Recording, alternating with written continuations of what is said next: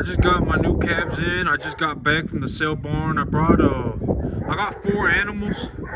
This black one right here, that's one of the ones that I brought in a while back. And you know, he was walking around the front, so I just went ahead and let him in there. And you can tell that he's not, well, if you look at him, he is going to be heavier, just because he's more full, and he's got a better developed system. But he's about the same size as the rest of them, so I just went ahead and let him on in there. And you can tell that these animals right now, they're not freaking out too bad, so that is very good.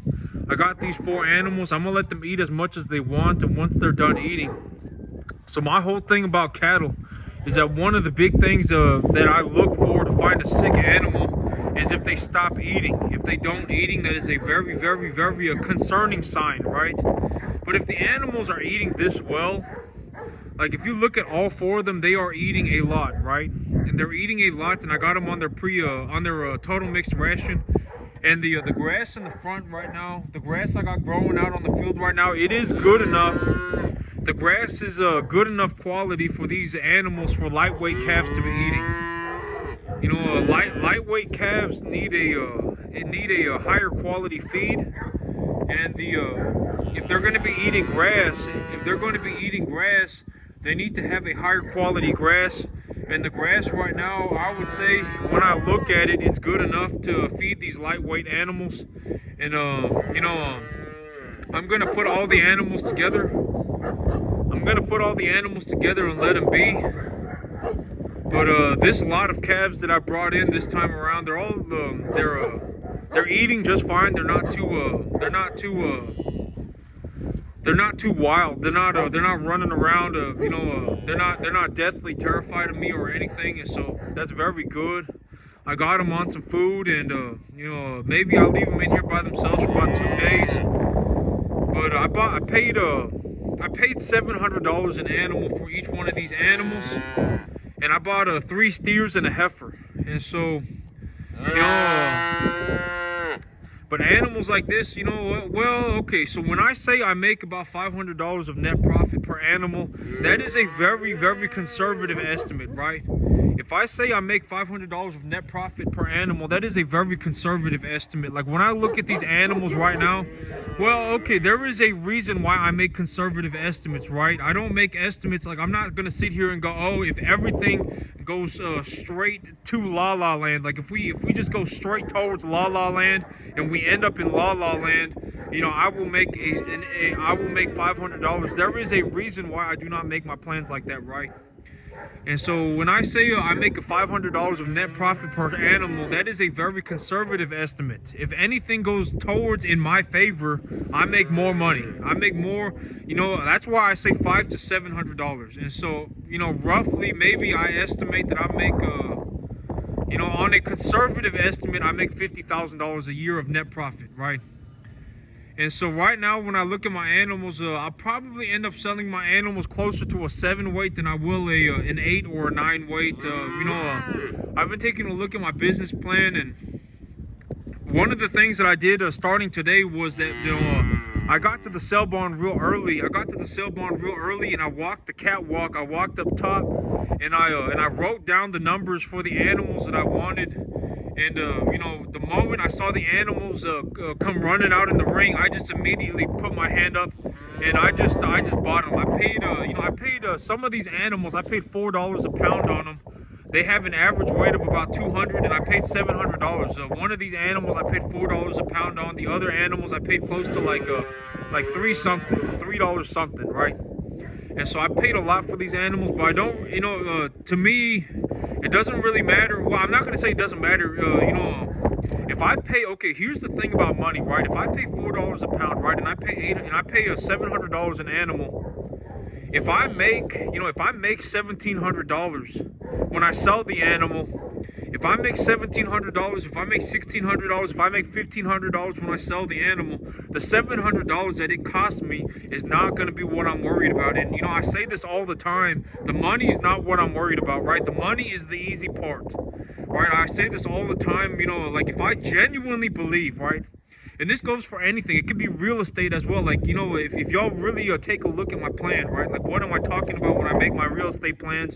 And if you really look at the intricacies of the details, right? If you just look into it, when I talk about the amortization schedules of a loan, and 30 to 50% of my loan, when I pay a 4% interest on a loan on a 30-year term, if I don't get penalized for not having a down payment. If I don't get penalized for not having a down payment, then I do not have to pay private mortgage insurance, right? And if it's an agricultural property, then it's property tax exempt as well. Then I'm only owing the bank principal and interest. Granted that it is just a field, right? Like I don't have a house on it. I don't have anything else on it. I don't have electricity. I don't have water.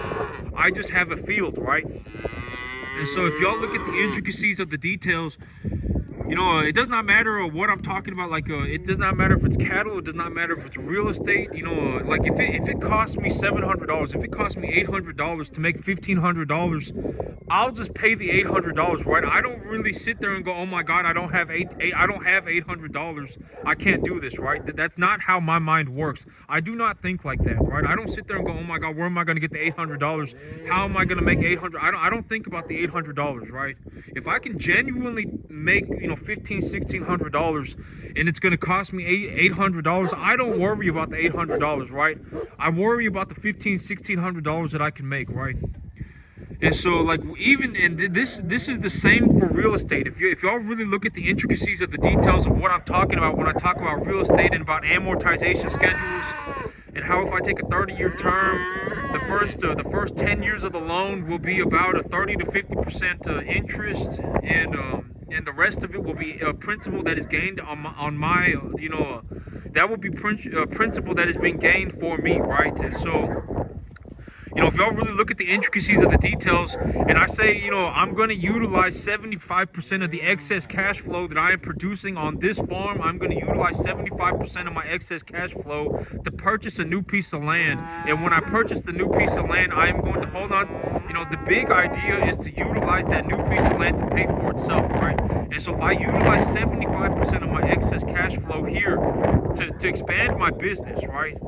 And I genuinely believe, right? Like I genuinely see an opportunity. Like when I look at these calves here, right? When I look at these calves, I genuinely see an opportunity, right? These are 1 to 1.5 type medium large frame animals, beef animals, right? I can just look at them and these are 1 to 1.5 type medium large frame animals, right? That is just what they are. According to the beef industry, not according to me, according to the beef industry, that is what these animals are, right?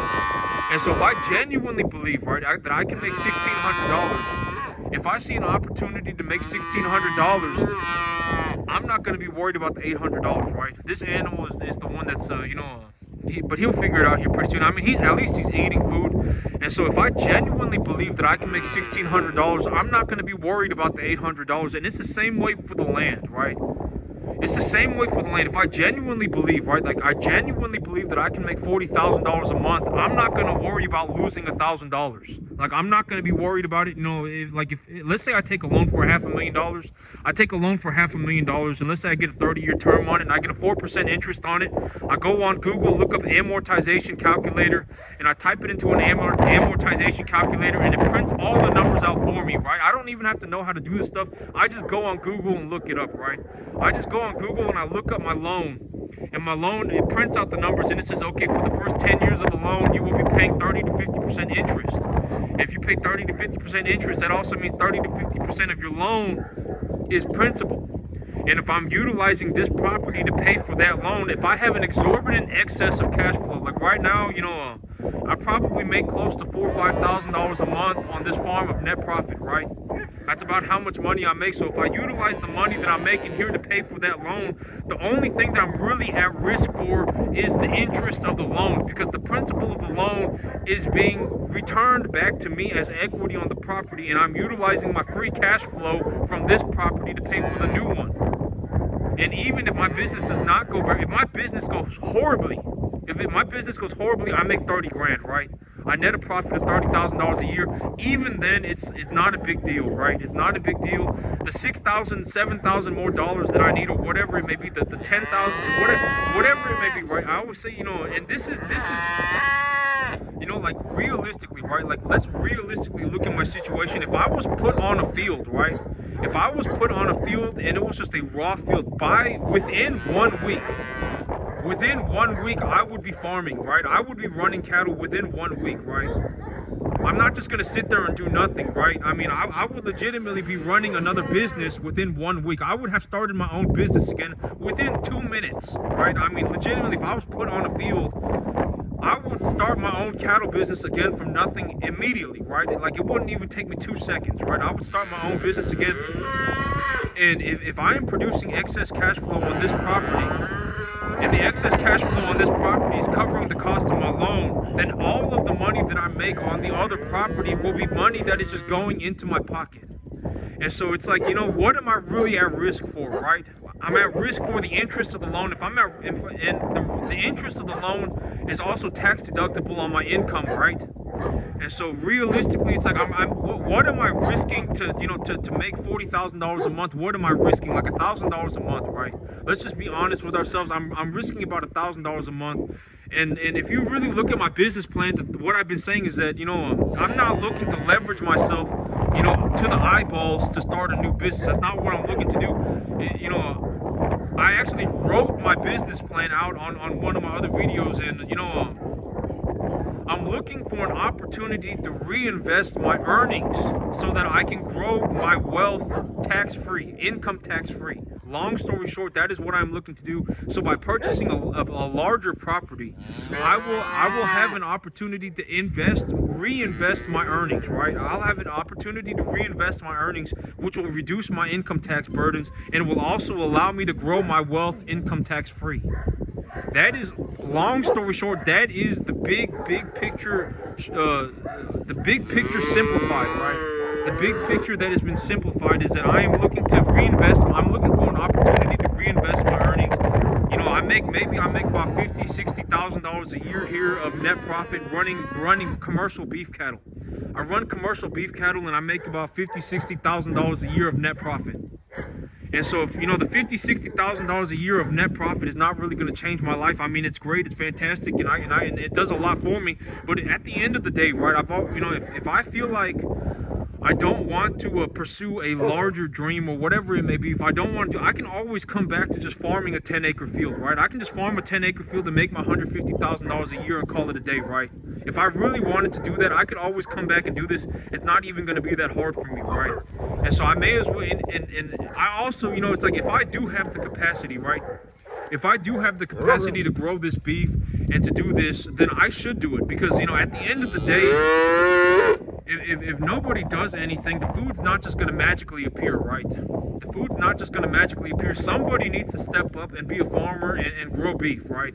And so why not, you know, and if I can make a lot of money doing it, then I may as well do it, right? That is how I see it. Well, that's it for me today, YouTube. Y'all have a good one.